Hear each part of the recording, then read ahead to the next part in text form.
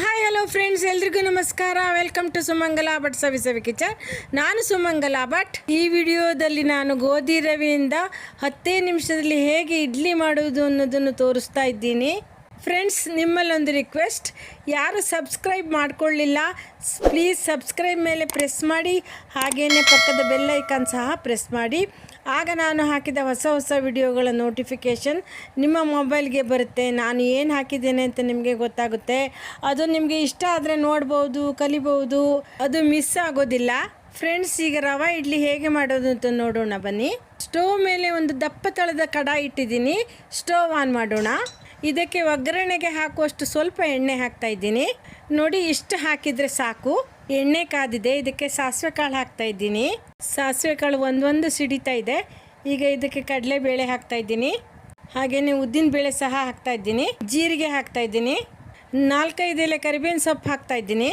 ಇದನ್ನು ಸ್ವಲ್ಪ ಹುರ್ಕೊಳ್ಳೋಣ.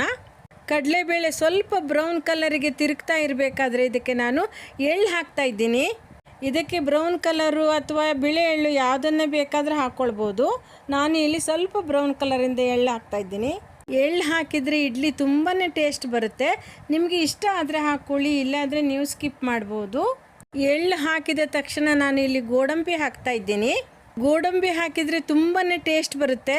ಮಕ್ಕಳಿಗಂತೂ ತುಂಬಾ ಖುಷಿಯಾಗುತ್ತೆ. ನಿಮಗೆ ಇಷ್ಟ ಆದರೆ ಹಾಕ್ಕೊಳ್ಳಿ, ಇಲ್ಲಾಂದರೆ ಸ್ಕಿಪ್ ಮಾಡಿ. ಈಗ ಎಲ್ಲದನ್ನು ಸಾಸಿವೆ ಕಾಳು ಸಿಡಿಯೋ ತನಕ ಹುರ್ಕೊಳ್ಳೋಣ. ಸಾಸಿವೆ ಕಾಳು ಚಟಪಟ ಆಗ್ತಾ ಇದೆ. ಇಲ್ಲಿ ನಾನು ಈ ಕಪ್ಪಲ್ಲಿ 2 ಕಪ್ಪು ಬಾಂಬೆ ರವೆ ಅಂದರೆ ಉಪ್ಪಿಟ್ಟು ರವೆ ತೊಗೊಂಡಿದ್ದೀನಿ. ತೆಗೆದಿಟ್ಟು ಉಪ್ಪಿಟ್ಟು ರವೆ ಇದಕ್ಕೆ ಹಾಕ್ತಾ ಇದ್ದೀನಿ. ನಾನು ರವೆ ತಂದು ಕೂಡಲೇ ಅದನ್ನು ಕೈ ಸ್ವಲ್ಪ ಬಿಸಿ ಆಗೋಷ್ಟು ಹುರಿದಿಟ್ಟಿರ್ತೀನಿ. ಇದನ್ನು ನಾನು ಹುರಿದಿಟ್ಟಿದ್ದೆ, ಆದ್ದರಿಂದ ಸ್ವಲ್ಪ ಬಿಸಿ ಆಗೋಷ್ಟು ಹುರಿದ್ರೆ ಸಾಕು. ನೀವು ಮೊದಲೇ ರವೆನ ಹುರಿದಿಟ್ಕೊಳ್ಳದೆ ಹೋದ್ರೂ ಸ್ವಲ್ಪ ಹುರಿದ್ರೆ ಸಾಕು. ಜಾಸ್ತಿ ಹುರಿಬಾರ್ದು, ಅಂದರೆ ಸಾಸಿವೆ ಕಾಳು ಚಟಪಟ ಆಗುವಷ್ಟು ಹುರಿಬಾರ್ದು. ಸ್ವಲ್ಪ ಕೈಗೆ ಮುಟ್ಟಿದರೆ ಬಿಸಿ ತಾಗುವಷ್ಟು ಮಾತ್ರ ಹುರಿಬೇಕು. ಮುಟ್ಟಿದರೆ ಕೈಗೆ ಬಿಸಿ ತಾಗ್ತಾ ಇದೆ. ಇಷ್ಟು ಹುರಿದ್ರೆ ಸಾಕು. ಸ್ಟವ್ ಆಫ್ ಮಾಡ್ತಾ ಇದ್ದೀನಿ. ಇದು ಪೂರ್ತಿ ತಣ್ಣಗಾಗಬೇಕು. ಇದನ್ನು ಒಂದು ಸೈಡಿಗೆ ಇಟ್ಕೊಳ್ಳೋಣ. ಇದು ಬೇಗ ತಣ್ಣಗಾಗುತ್ತೆ. ನೀವು ಇನ್ನೂ ಬೇಗ ನಿಮಗೆ ಮಾಡಬೇಕು ಅಂದರೆ ನೀವು ರಾತ್ರಿನೇ ಇದನ್ನೆಲ್ಲ ರೆಡಿ ಮಾಡಿ ಇಟ್ಕೊಂಡ್ರೆ ಬೆಳಗ್ಗೆ ಬೇಗ ಇಡ್ಲಿಯನ್ನು ಮಾಡಿ ಮುಗಿಸ್ಬೋದು. ಇದು ತಣ್ಣಗಾಗೋ ತನಕ ನಾವು ಚಟ್ನಿ ಮಾಡ್ಕೊಂಡು ಬರೋಣ. ನೋಡಿ ಫ್ರೆಂಡ್ಸ್, ನಂದು ಚಟ್ನಿನೂ ರೆಡಿಯಾಗಿದೆ, ಹಾಗೆಯೇ ರವೆನೂ ತಣ್ಣಗಾಗಿದೆ.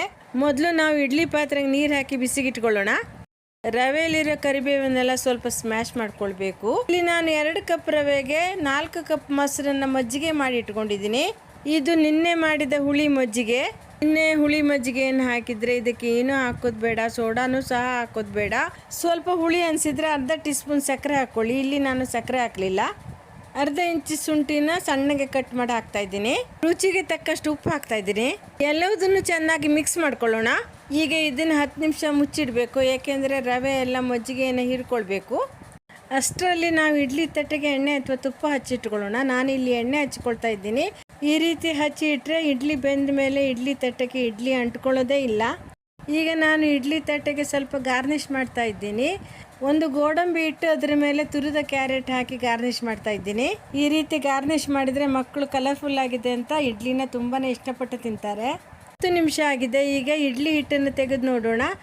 ನೋಡಿ, ಇಡ್ಲಿ ಹಿಟ್ಟು ಎಲ್ಲ ಮಜ್ಜಿಗೆನೆಲ್ಲ ಕುಡಿದು ಉಬ್ಬಿ ಬಂದಿದೆ. ನೋಡಿ ಎಷ್ಟು ಚೆನ್ನಾಗಿ ಅದು ಮಿಕ್ಸ್ ಆಗಿದೆ ಅಂತ. ನೋಡಿ ಫ್ರೆಂಡ್ಸ್, ಹಿಟ್ಟು ಈ ಕನ್ಸಿಸ್ಟೆನ್ಸಿಲಿ ಇರಬೇಕು.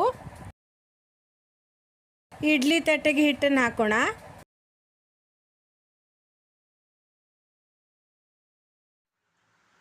ಇಡ್ಲಿ ತಟ್ಟೆಗೆ ಹಿಟ್ಟನ್ನು ಹಾಕಿ ರೆಡಿ ಮಾಡೋ ತನಕ ನೀರು ಕಾದಿದೆ. ನೋಡಿ, ರೆಡಿ ಮಾಡ್ಕೊಂಡಿರೋ ಇಡ್ಲಿ ಪ್ಲೇಟನ್ನು ಇಡ್ಲಿ ಪಾತ್ರೆಯಲ್ಲಿ ಇಡ್ತಾ ಇದ್ದೀನಿ. ಮುಚ್ಚಳ ಮುಚ್ಚಿ ಹೈ ಫ್ಲೇಮ್ ಮಾಡಿ. ಇದನ್ನು ಮುಚ್ಚಳ ಮುಚ್ಚಿದ ಮೇಲೆ 15 ನಿಮಿಷ ಹೈ ಫ್ಲೇಮ್ನಲ್ಲಿ ಬೇಯಿಸ್ಕೊಳ್ಬೇಕು. ಬೇಯಲಿಕ್ಕೆ ಇಟ್ಟು ಕೂಡಲೇ ಟೈಮನ್ನು ನೋಟ್ ಮಾಡ್ಕೊಳ್ಳಿ. 15 ನಿಮಿಷ ಆಗಿದೆ. ಸ್ಟವ್ ಆಫ್ ಮಾಡ್ತಾ ಇದ್ದೀನಿ. ಹೇಗಾಗಿದೆ ಅಂತ ನೋಡೋಣ. ನೋಡಿ ಎಷ್ಟು ಚೆನ್ನಾಗಿ ಬೆಂದ್ಕೊಂಡಿದೆ. ಬಿಸಿ ಬಿಸಿ ಇಡ್ಲಿನ ಸರ್ವ್ ಮಾಡ್ತಾ ಇದ್ದೀನಿ.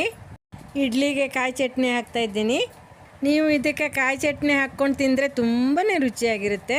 ಕಾಯಿ ಚಟ್ನಿ ಬದಲಿಗೆ ಶೇಂಗಾ ಚಟ್ನಿ ಅಥವಾ ಯಾವುದೇ ಚಟ್ನಿ ಪುಡಿನೂ ಹಾಕ್ಕೊಂಡು ತಿನ್ಬೋದು. ನೋಡಿ ಫ್ರೆಂಡ್ಸ್, ಇಡ್ಲಿ ಎಷ್ಟು ಸಾಫ್ಟಾಗಿ ಬಂದಿದೆ. ಮಕ್ಕಳಿಗಂತೂ ಇದು ತುಂಬಾ ಇಷ್ಟ ಆಗುತ್ತೆ. ಮತ್ತು ಲಂಚ್ ಬಾಕ್ಸಿಗೆ ಸಹ ತೊಗೊಂಡೋಗ್ಬೋದು. ಅದು ಮೃದುವಾಗಿಯೇ ಇರುತ್ತೆ. ಟೇಸ್ಟ್ ನೋಡೋಣ. ತುಂಬಾ ರುಚಿಯಾಗಿದೆ. ಫ್ರೆಂಡ್ಸ್, ಈ ವಿಡಿಯೋ ಇಷ್ಟ ಆದರೆ ಕಾಮೆಂಟ್ ಮಾಡಿ, ಲೈಕ್ ಮಾಡಿ, ಶೇರ್ ಮಾಡಿ. ನಿಮ್ಮ ಫ್ರೆಂಡ್ಸಿಗೆ ಶೇರ್ ಮಾಡಿದರೆ ಅವರು ಸಹ ಕಲಿಬೋದು. ಹಾಗೆಯೇ ಅವರಿಗೆ ನನ್ನ ಚಾನಲ್ ಸಹ ಪರಿಚಯ ಆಗುತ್ತೆ. ಮತ್ತೊಂದು ವಿಡಿಯೋದೊಂದಿಗೆ ಮತ್ತೆ ಬರ್ತೀನಿ. Thank you so much. Take care. ನಿಮ್ಮ ಪ್ರೋತ್ಸಾಹ ಹೀಗೆ ಇರಲಿ. ಬಾಯ್ ಬಾಯ್.